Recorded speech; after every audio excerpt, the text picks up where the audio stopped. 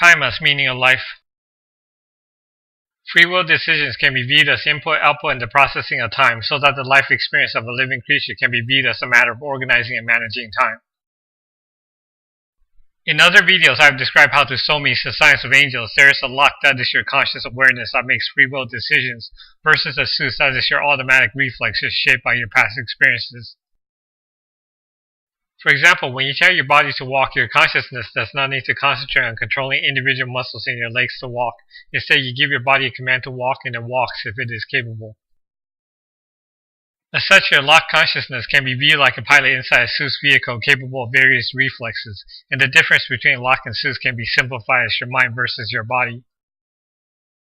For example, if someone screams at you, it is likely your Sus reflex that determines if you will scream in response, react apologetically regardless of fault, plead for calmness, or some other variation.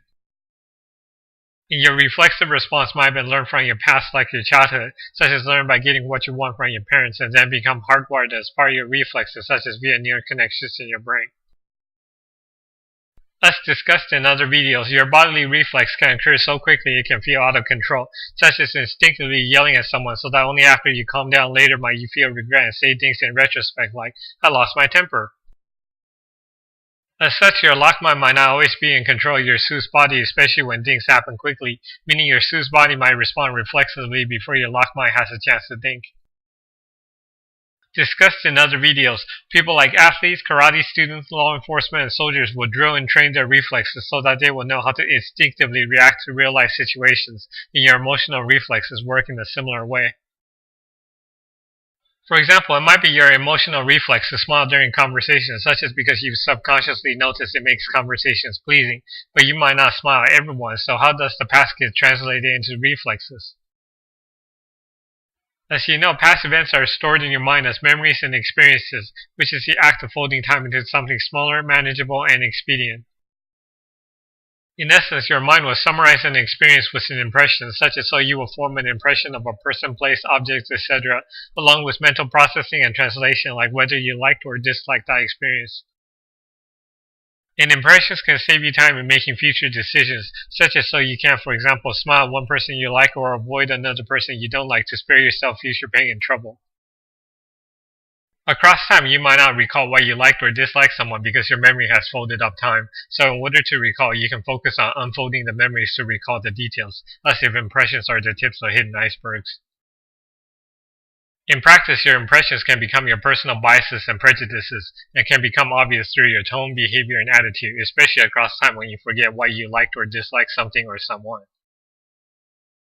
While doing mental processing, your mind might make mental connections, such as to look for patterns by binding an experience from one time to an experience from another time. The binding of time to look for patterns and commonalities is a process of learning, not saying it's always correct because racial prejudices and discriminations are poorly formed mental connections about groups of people. For people like scientists, they notice patterns in life and form theories, and they use the scientific method to methodically test and explore the theories to therefore find evidence to support or disprove their ideas, prior to assuming they are true. Meaning you can mentally refine an idea by intently seeking evidence to support or disprove your idea in order to determine the validity of your idea, and to do so your mind will draw upon the past to try to make sense out of the present. From this we can extrapolate that you need a variety of experiences to grow wiser, so therefore you are able to bind different kinds of experiences together to form new and useful ideas. This will require a willingness to consider alternative ideas, contrasted to being ingrained in your routines and beliefs, and stubbornness, because stubbornness preserves the way you think so that you are preventing yourself from growing any wiser. In order for a notion to become available in your mind, you need to either experience it, including being taught, or you have to arrive at that notion, such as by binding other notions together to form a conclusion. Your ability to bind thoughts and notions together adds value to your ideas and demonstrates your wisdom, such as instead of merely commenting you like or dislike something, can you explain your preference in a way that makes sense so people will care? By fine-tuning your ideas, such as by validating your ideas against various angles, you ensure your ideas and decisions by extension are justified and valid. Compared to someone who doesn't consider all of the angles might be contradicted by an angle in conversation that strikes down the idea if not make the idea appear stupid as a result, then the lazy thinker might get angry in response due to ego. But being able to explore various angles require experience with those other angles in order for you to consider them, and folks who go through repetitive routines of fun like consuming TV and beer and other drugs might be limited in experience. In essence, your locked mind while piloting your suit's body will organize time and process past experiences in order to prolong the life of your body, therefore trying to survive the future based on the experiences of your past. And your locked mind can only do this by dealing with the time you've experienced, binding one past experience with another past experience in order to predict and survive the present and future time as pleasantly as possible.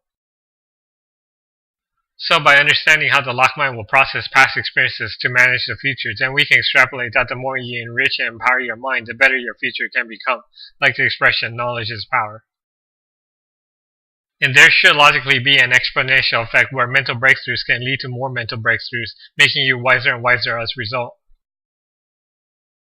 For example, an emotional person will have a Seuss reflex of reacting angrily when they experience something they don't like, including causing an accident and then getting angry when other people get angry, even if it's their fault, which can make a bad situation worse.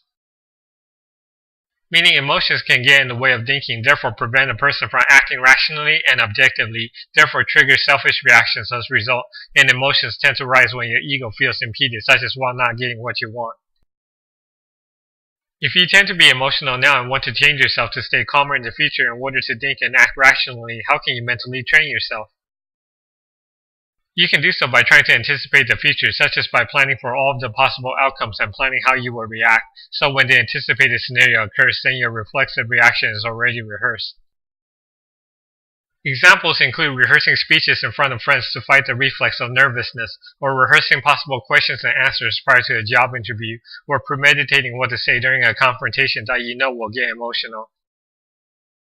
Alternatively, you can try tricks like counting to 10 in order to remain calm, which then will build up your tolerance for emotions in a similar way to someone training their body to hold their breath longer. By learning to stay calm in order to think, then you transition from emotional disposition toward a rational disposition, which means your locked mind will have time to think and gain control over your Seuss reflexes. By staying calm and thinking, then you can make wiser and better decisions as a result, the kind that you can explain to people and impress upon them your wisdom because your decisions are refined and thought out. As such, life is about processing the time you have experienced and organizing them in a meaningful manner to then not only survive the future, but also to make the future as pleasant and good as possible. Beyond that, with enough practice thinking, you might be able to figure out life, like the meaning of life and how to become an angel, etc., as discussed in other videos. Or discover other capabilities, such as by connecting your past experiences with people's reactions in the present. You might be able to read people as if you can read their minds, such as through recognizing micro-expressions, for example. Your energy is a power with limitations, and from moment to moment, where do you dedicate your power? Are you a thinker about life and goodness, or do you dedicate your energy toward your selfish needs and your ego? In order to improve your life, it's not realistic to jump directly into action. Instead, mental preparation is typically required, like making mental bindings, organizing your plans, envisioning your future, etc. In contrast, many people are apt at complaining about what they don't like but would not do anything about it, as if they are still children seeking help from their parents by vocalizing what they don't like and hoping someone else will work on those problems. Instead of working on their lives, many people would dedicate their mind and free will on wasting and killing time, such as in pursuit of repetitive leisures day after day, and then later complain about stagnation, wasting life away, etc. Many people will focus their minds on addictions and vices with a passion, including binge drinking, smoking weed, etc., and work on changing their life to cater to these habits, such as while mindlessly not considering the consequences and side effects. For example, alcohol and drugs aren't cheap and can lead to potential effects on health, from the beer belly to organ damage, etc., which can lead to expensive medical bills, which can lead to a poor future by your own doing.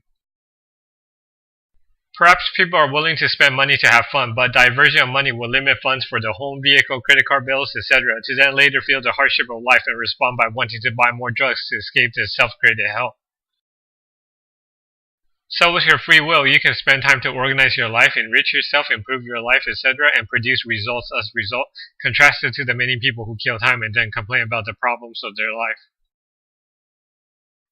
It's probably not realistic either to constantly work on your life without encountering mental fatigue, but the more time you spend working on your life across time, the more improvements you should produce, and funds should be balanced responsibly.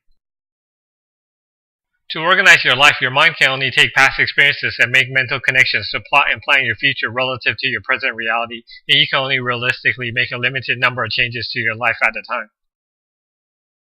Or alternatively, you might mindlessly alter your reality by not thinking, like mindlessly make yourself obese as an example, where then it'll take significant effort to counteract all of the time and work you spend to make yourself obese.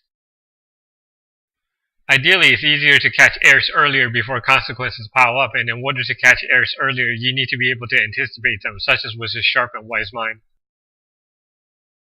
And growing wiser in one way will logically help you in other ways as well, which then can lead to other discoveries as a result, followed by other discoveries beyond that, etc.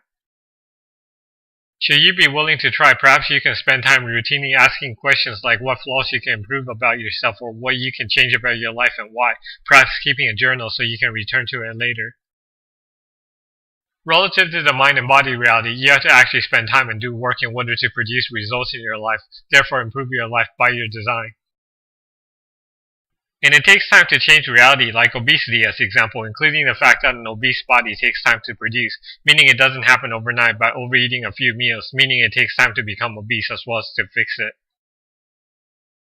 Since mental bindings are relative to your reality, changes require your ability to mentally envision a path to change from your present state to another state, including taking smaller steps in order to reach a bigger objective. In effect, our locked mind acts like a time traveler and zaps across time to draw upon our past experiences in order to forge future experiences. Relative to reincarnation, it is possible the locked mind is tied to time and will rewind through time after death, such as so memories of one life can be erased in preparation for the next life, hence explaining why people report seeing their life flash before their eyes during near-death experiences.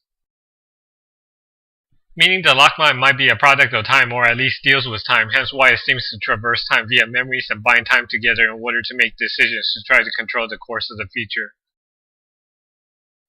And our free will can be summarized as an awareness that processes time from the past to command our bodies based on these past experiences in order to change the future.